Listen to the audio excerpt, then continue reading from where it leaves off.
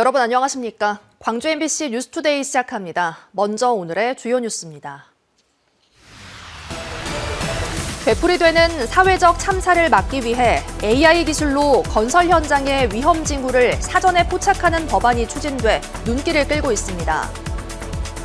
12.19 제주항공 여객기 참사 국정조사 특별위원회가 사고 1년 만에 진상규명 결과 보고서 채택을 앞두고 있습니다. 더딘 책임규명과 후속 절차의 전환점이 될 수 있을지 주목됩니다. 더불어민주당 광주시당과 전남도당이 오늘부터 닷새 동안 예비후보자를 대상으로 범죄 경력 검증에 나섭니다. 공천 심사 결과는 2월 말에 나옵니다. 사실상 멈춰섰던 대구 경북 행정통합이 광주 전남 통합 논의 속도와 정부의 파격적인 인센티브 제시를 계기로 급물살을 타고 있습니다.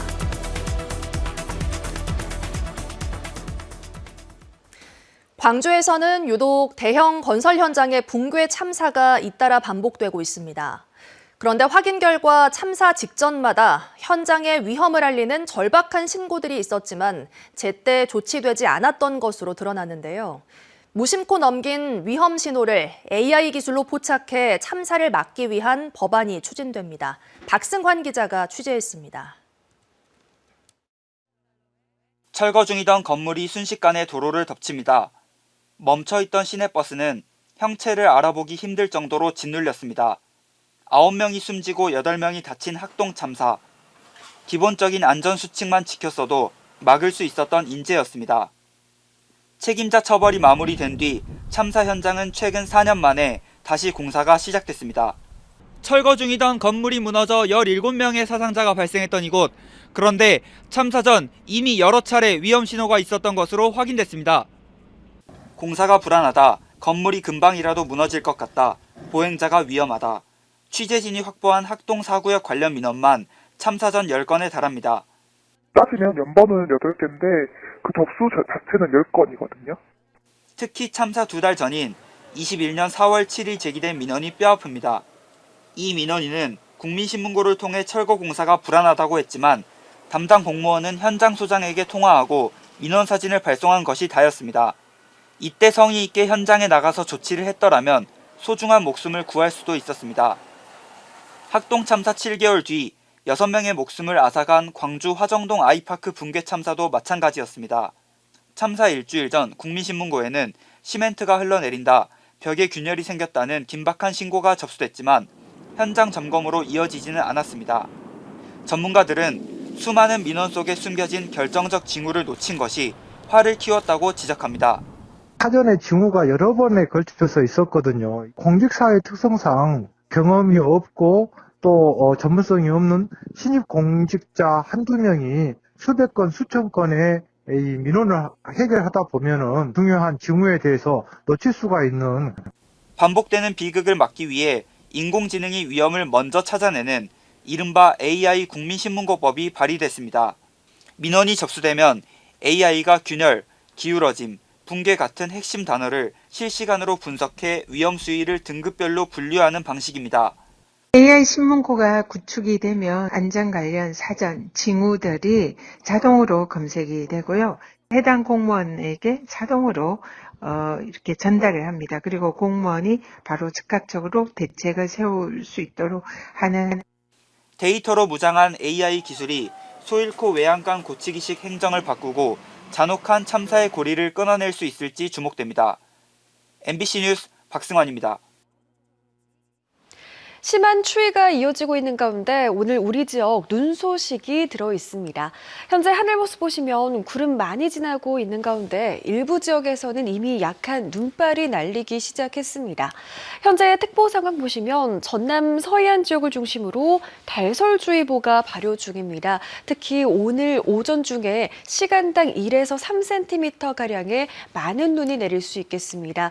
예보된 눈의 양 자세히 살펴보시면 전남 서해안을 중심으로 중심으로 3에서 8cm, 많은 곳은 10cm 이상의 큰 눈이 내릴 수 있겠고요. 그 밖에 광주와 전남 중부 내륙, 남해안 지역을 중심으로는 1에서 5cm가량의 눈이 내려 쌓일 것으로 예상됩니다.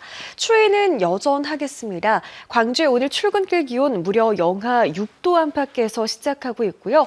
한낮 기온도 0도에 그치면서 종일 영하권 추위가 이어지겠습니다. 날씨 정보였습니다.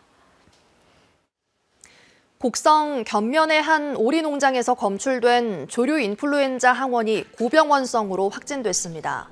당국은 유경오리 2만 7천여 마리를 사육하는 이 농장의 출입을 통제하고 소독을 하는 한편 방역 전담관을 지정해 밀착 관리하기로 했습니다. 올겨울 들어 고병원성 조류 인플루엔자는 전국적으로 37건이 발생했고 전남에서는 나주와 영암, 곡성 등지에서 확인되고 있습니다. 12.29 제주항공 여객기 참사 진상규명을 위한 국정조사 특별위원회가 무안공항에서 첫 현장 조사에 나섰습니다. 특위는 일주일 뒤 수집한 자료와 증거를 토대로 결과 보고서를 채택할 예정인데요.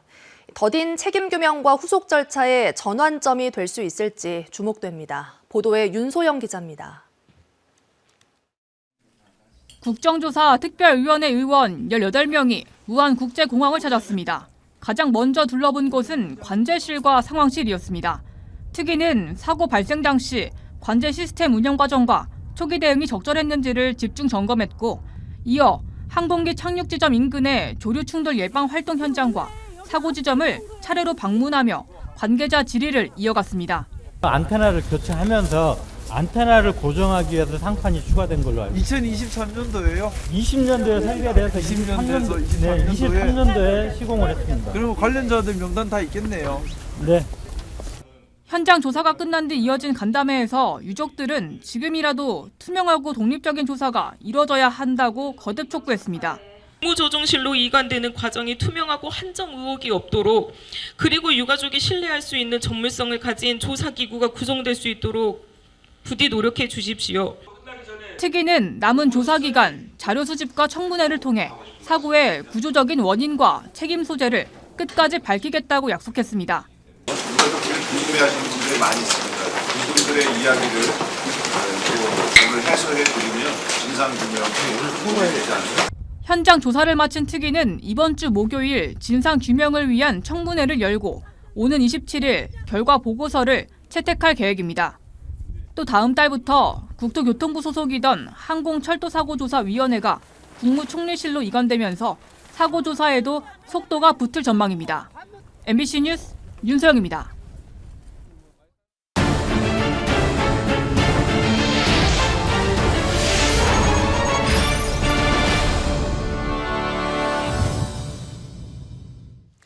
광주시장 출마를 위해 구청장직 사퇴서까지 제출했던 문인 북구청장이 돌연 더불어민주당 기초단체장 예비후보 자격심사를 신청하며 3선 도전으로의 회군 가능성이 제기되고 있습니다. 문 구청장 측은 행정통합 등 급변하는 정치 환경에 대비하기 위한 차원이라며 확대 해석을 경계했지만 3선은 고려하지 않는다던 공언을 뒤집는 행보라는 비판이 나옵니다. 10여 명의 북구청장 출마 예정자들은 공직자의 말과 행동이 가볍다며 강력 반발하고 있어 향후 거취를 둘러싼 논란은 더욱 거세질 전망입니다. 더불어민주당 광주시당과 전남도당이 오늘부터 닷새 동안 예비후보자를 대상으로 범죄 경력 검증에 나섭니다. 민주당 시도당은 성비위와 음주운전, 부동산 투기 등 7대 부적격 비리와 함께 도덕성 검증에 주안점을 둘 방침입니다. 공천심사는 적합도 조사와 면접 등을 거쳐 2월 말 시도당 상무위원회에서 의결하게 됩니다. 의료 취약지역인 섬에서 반세기 가까이 병원급 의료를 이어온 곳이 있습니다. 민간 의료기관이지만 신안의 섬 주민들에게는 오랜 시간 건강의 버팀목이 돼 왔는데요. 문현철 기자가 취재했습니다. 신안 비금들은 목포에서 차도선 여객선으로 1시간 30분,快速선으로는 1시간 안팎 걸리는 섬입니다. 이 비금도에 자리한 신안대우병원은 도초도와 흑산곤역까지 진료권에 두고 중추 의료기관 역할을 해오고 있습니다. 1979년 문을 연 이후 수익성 문제로 운영 주체가 여러 차례 바뀌었지만 50년 가까이 병원급 의료 체계를 유지하고 있습니다. 의료 접근성이 취약한 섬 지역에서 주민들의 건강을 꾸준히 지켜온 겁니다. 2008년 병원을 인수한 최명석 원장은 경영난과 의료 인력 부족 속에서도 가치와 사명감을 이어오고 있습니다. 노인 전문 요양시설은 수익성 악화와 인력난으로 문을 닫았지만 병원만큼은 지키겠다는 마음으로 버텨왔습니다. 현재도 이곳은 365일 24시간 의료 체계를 유지하며 섬 주민들의 응급 상황에 대비하고 있습니다. 그래서 우리가 있어야만이 이분들한테 생명을 구하고 또 응급 상황에서 적절한 치료를 받을 수 있는 그런 마지막 의료기관이라는 생각을 가지고 하고 있고요. 이런 공로로 최 원장은 최근 도소오지 의료정신을 계승한 인물에게 수여되는 김우중 의료인상을 받았습니다. 우리 대우병원은 진짜 우리 주민으로서 없어서는 안 될 중요한 병원이고 최명석 원장님도 여간 잘해서 고마운 줄을 항상 기대하고 있습니다. 하지만 날로 심해지는 섬 지역 인구 감소와 의료진 확보의 어려움은 여전히 큰 과제로 남아 있습니다.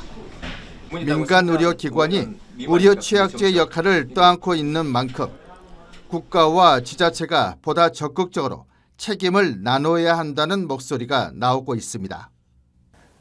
취약지 응급의료를 포함해서 취약지 문제는 공공의료 영역에 들어가고 이 부분은 국가가 해야 되는 일 중에 하나입니다. 이걸 민간 의료기관이 떠맡고 있는데 그렇다면은 국가의 또 지방 정부의 책임이 또 의무가 있다고 볼 수 있죠.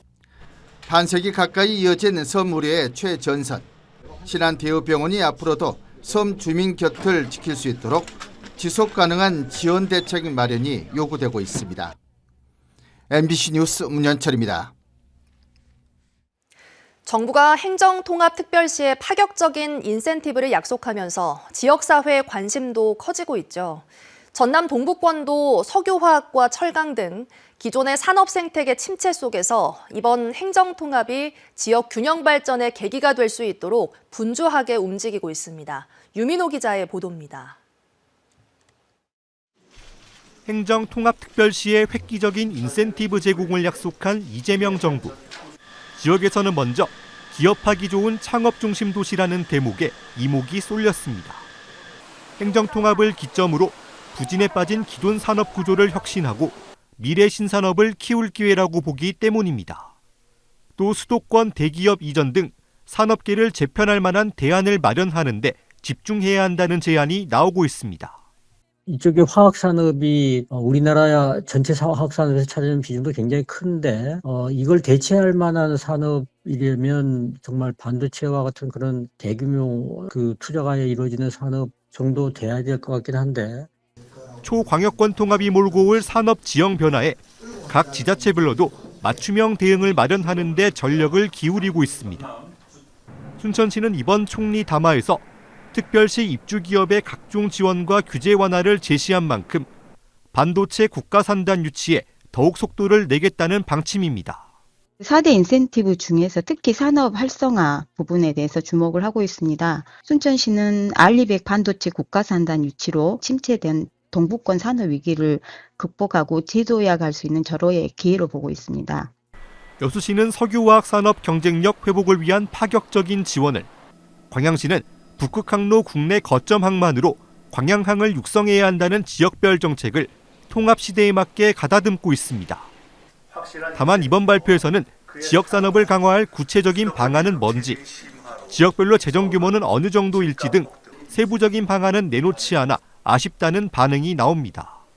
구체적으로 어떤 영역에 얼마를 지원할지 이런 부분에 대해서도 좀 세세하게 정부의 구체적인 약속과 또 그러한 보증 자체가 수반되지 않으면 오히려 아울러 전면적인 세제 개편 없이 4년간 한시적으로 재정만 지원하는 방식은 중장기적인 특별시 운영에 어려움을 줄 수 있다는 지적도 있습니다.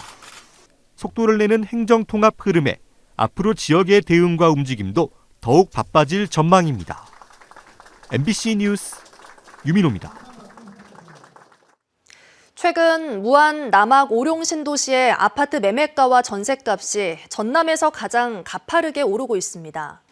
AI 데이터 센터 같은 개발 호재에 대한 기대감이 커지면서 전세 매물은 부르는 게 값이라고 하는데요. 광주 전남 행정 통합이라는 새로운 변수에 부동산 시장도 촉각을 곤두세우고 있습니다. 보도에 서희령 기자입니다. 무안 오룡지구의 한 아파트 단지입니다. 집을 보러 오는 사람은 많은데 정작 내놓은 매물은 찾기 어렵다는 말이 먼저 나옵니다. 대단지 입주가 마무리되면서 시장이 실거주 중심으로 재편됐고 호가는 기존 시세보다 많게는 1억 원까지 뛰었습니다. 오룡 쪽의 분위기는 지금 찾으시는 분들이 많은데 매물 자체가 없어서 이제 거래는 조금 어려운 상황이긴 하지만 점차적으로 봤을 때는 그래도 오른 금액에도 거래가 잘 될 것 같습니다. 매물이 귀해지자 전세 시장도 크게 출렁이고 있습니다. 전월세 매물이 사실상 실종되면서 부르는 게 값이라는 말까지 나옵니다. 이런 분위기에 불을 붙인 건 솔라시도 AI 데이터 센터 구축 등의 잇따른 개발 호재입니다. 신축 선호 현상에 더 오를 수 있다는 기대감이 겹치면서 집주인들이 매물을 걷어들이고 호가를 끌어올리는 흐름이 반복되고 있다는 설명입니다. 저기 해남 쪽 AI 데이터 센터든가 그쪽 유치를 해가지고 매물들 많이 걷어들이고 있는 입장이고 또 그러면서 또 매물도 상당히 가격도 올렸어 지금. 실제 한국부동산원 자료를 보면 무안 지역은 하반기 들어 매매가와 전세가 모두 상승폭이 커지며 전남 주요 지역 가운데 가장 가파른 움직임을 보였습니다. 전문가들은 매물 부족 상황이 이어지는 만큼 단기간에 가격이 쉽게 꺾이긴 어렵다고 봅니다. 다만 2년 실거주 요건이 채워진 뒤 차익 실현 매물이 한꺼번에 나오면 일정 수준의 조정 가능성도 배제할 수 없다고 분석합니다. 여기에 광주 전남 행정통합 논의가 본격화할 경우 시장 분위기가 달라질 수 있다는 전망도 나옵니다. 개발 호재의 효과가 광주로 흡수될 수 있다는 우려와 함께 행정중심지인 무안의 기능과 역할이 통합 이후 어떻게 재편될지도 집값에 영향을 줄 또 다른 변수로 꼽힙니다. AI 개발 호재에 매물 부족까지 겹치며 단기간에 급격히 달아오른 무안 부동산 시장. 행정통합이 또 다른 기회가 될지 아니면 조정의 계기가 될지 시장도 촉각을 곤두세우고 있습니다. MBC 뉴스 서희령입니다. 광주시 공무원 대다수는 광주 전남 행정 통합에 대해 부정적인 입장인 것으로 드러났습니다. 전국 공무원 노조 광주시 지부가 지난 16일부터 나흘간 광주시 소속 5급 이하 직원 2,500여 명을 대상으로 설문조사한 결과 응답자 958명 가운데 80%가 행정 통합을 부정적으로 바라본다고 답했습니다. 또 응답자의 86%는 직원과 노조의 의견이 정책에 반영되지 않고 있다고 답했습니다. 노조는 소통 부재가 불신을 키우고 있다며 내부 구성원들의 동의 없는 통합은 사상 누각에 불과하다고 지적했습니다.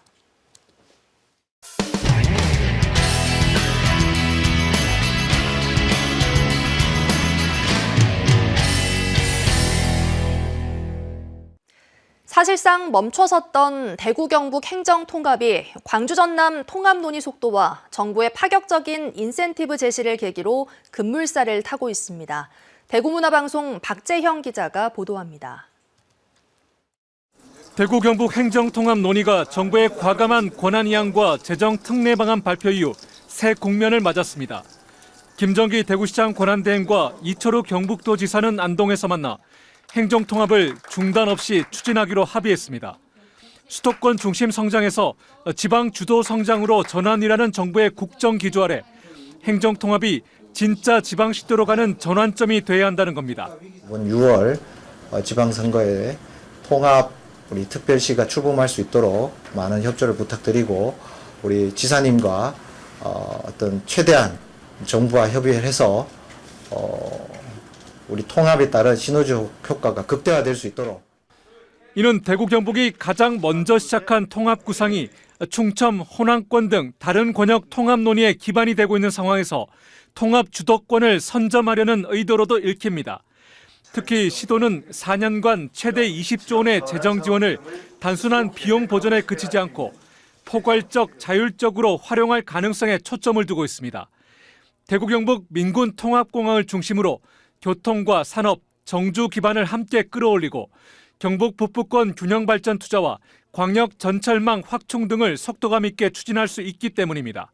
대구 경북에 꿈꿔오던 그런 기회가 왔고 또 이 기회를 놓치면은 만약에 전남하고 대전, 충남이 먼저 나가면은 우리는 그보다 훨씬 뒤떨어진 도시가 됩니다.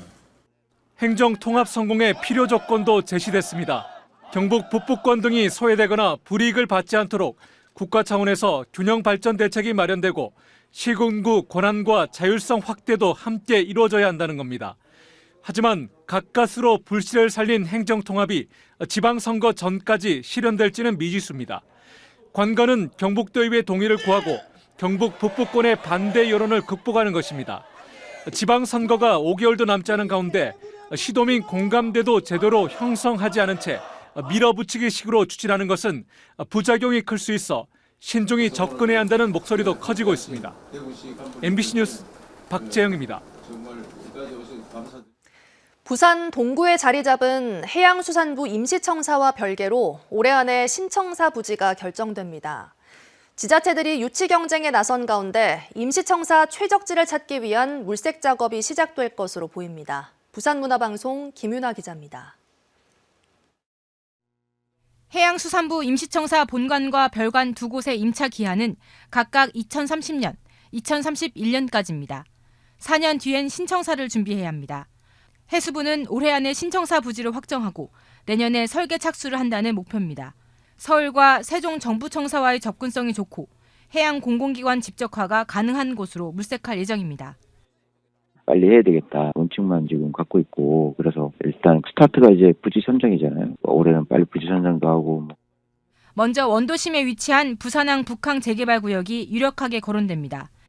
해양 클러스터 조성이 예정돼 있고 부산역을 끼고 있어 현 임시청사 선정에 결정적인 배경이 되기도 했습니다. 신항과 공항이 가까운 강서 지역도 거론됩니다. 명지 국제신도시의 교육과 의료 등의 정주 여건이 갖춰져 있는 데다 신항이 있는 만큼 해수부의 최적지라는 주장이 나옵니다. 이 밖에 중구와 남구, 영도구까지 가세해 유치전을 벌이고 있습니다. 해수부 주변으로 공공기관과 기업들이 몰려들 것으로 예상되면서 신청사가 단순한 건물이 아니라 해양 산업을 이끄는 중심축이 될 전망입니다. MBC 뉴스 김윤아입니다. 땅은 좁고 바다는 깊은 우리나라, 특히 동해안에서는 부유식 해상풍력이 대규모 재생에너지를 확보할 수 있는 거의 유일한 선택지입니다. 하지만 갈수록 낮아지는 수익성과 장기간 진행되는 사업의 불확실성이 발목을 잡고 있는데요. 사업 정상화를 위해 풀어야 할 과제가 무엇인지 울산문화방송 조창래 기자가 정리했습니다. 부유식 해상풍력은 해안에서 50km 안팎 떨어진 먼 바다에 설치됩니다. 경관 논란이 없고 발전량도 고정식에 비해 최대 40%까지 많지만 설치 비용이 많이 들어 고정식에 비해 사업성이 떨어질 수밖에 없습니다. 이 때문에 사업 진행 초기 정부 차원의 각종 보조금이 가장 강력한 유인책으로 작용했고 울산 앞바다 부유식 해상풍력 사업에 뛰어든 국내외 업체들도 이 같은 기대 속에 참여했습니다. 하지만 고정식 해상풍력에 맞춰진 입찰 상한가는 바뀌지 않았고 부유식 해상풍력 발전에 대한 전력 비용 가중치는 오히려 낮아지는 추세.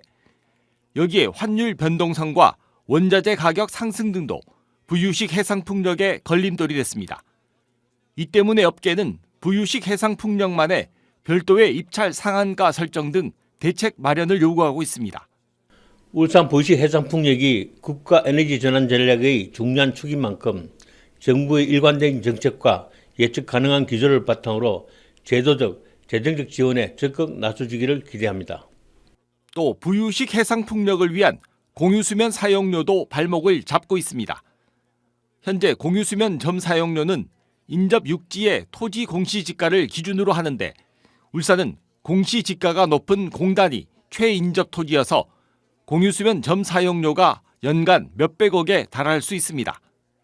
이런 가운데 울산 앞바다에서 추진되던 5개 부유식 해상풍력 사업 가운데 2개가 사실상 무산되자 울산시도 대책 마련에 분주합니다. 관련 업체들과 긴급 간담회를 갖고 정책적인 지원 방안 찾기에 나섰습니다. 울산 부유식 해상풍력은 분산에너지 특구, 재생에너지 100% 실현에 중요한 자원인 만큼 사업이 원활히 추진될 수 있도록 적극 지원하겠습니다.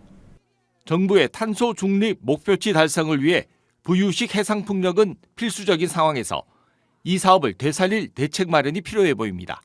MBC 뉴스 조상래입니다. 송승종 더불어민주당 정책위 부의장이 어제 광주시의회에서 기자회견을 열고 북구청장 출마를 선언했습니다. 송 부의장은 주민들이 체감할 수 있는 행정으로 지역 경제를 살리겠다며 출마 이유를 설명하고 인공지능 종합 플랫폼을 구축해 맞춤형 행정 서비스를 제공하겠다는 공약을 제시했습니다. 광주 글로벌모터스의 올해 첫 신입사원 공개 채용에 1,500명이 넘는 청년 구직자가 지원했습니다. 광주 글로벌모터스가 지난 19일 마감한 올해 신입사원 공개 채용에는 1,996명이 지원해 평균 34대 1의 경쟁률을 기록했습니다. 광주 글로벌모터스는 올해 6만 1,200대의 차량 생산 목표를 세우고 생산시설을 확충하며 50여 명을 신규 채용할 예정입니다. 미국 정부가 김치를 건강식품으로 공식 권장한 가운데 전남 김치가 올해 첫 미국 수출길에 올랐습니다. 전남 김치협회는 어제 나주 노안면에서 올해 미국으로 처음으로 수출되는 9천만 원어치의 김치 1,800상자를 차에 실어 보냈습니다. 전라남도는 미국 정부가 올해 초에 발표한 식단 지침에서 김치를 장 건강에 이로운 발효 음식으로 공식 권장함에 따라 더욱 공격적으로 김치 수출에 나설 계획입니다. 다음은 희망 2016 나눔 캠페인에 성금을 보내주신 분들입니다.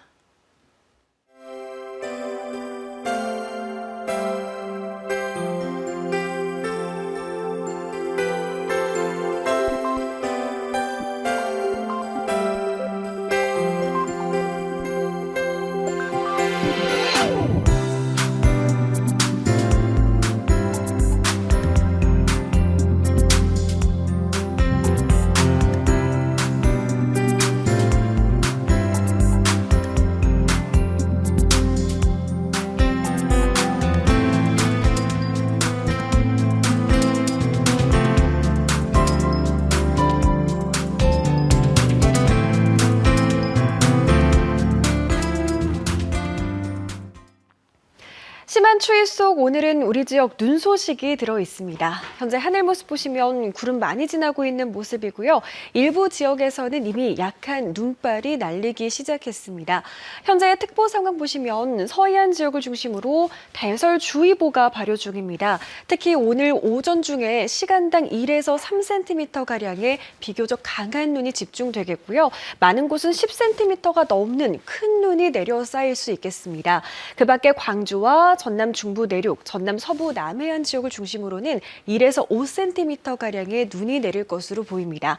전남 동부 지역을 중심으로는 눈이 거의 내리지 않겠고요. 건조주의보와 강풍주의보가 함께 발효 중인 가운데 강한 바람이 불면서 화재 나기 쉽겠습니다. 불씨 다루실 땐 가급적 조심히 다루시는 게 좋겠습니다. 날은 어제보다도 더 춥겠습니다. 광주의 오늘 아침 기온 영하 6도로 어제만큼이나 추운 날씨가 이어지고 있고요. 한낮 기온 어제보다 대부분 2, 3도가량 내림세를 보이겠습니다. 무안의 낮 기온 영하 1도 보이면서 종일 영하권 추위가 이어지겠습니다. 곡성 영하 8도 보이고 있는 가운데 한낮 기온도 영하 1도로 예상됩니다. 바다의 물결은 전해상에서 최고 4m로 매우 높게 일겠습니다. 오늘 시작된 눈은 금요일인 모레까지 이어지겠습니다. 날씨 정보였습니다. 이상으로 뉴스 마칩니다. 함께해 주신 여러분 고맙습니다. 언제 어디서나 내 손 안의 뉴스. 광주 MBC 뉴스 유튜브 구독으로 함께하세요.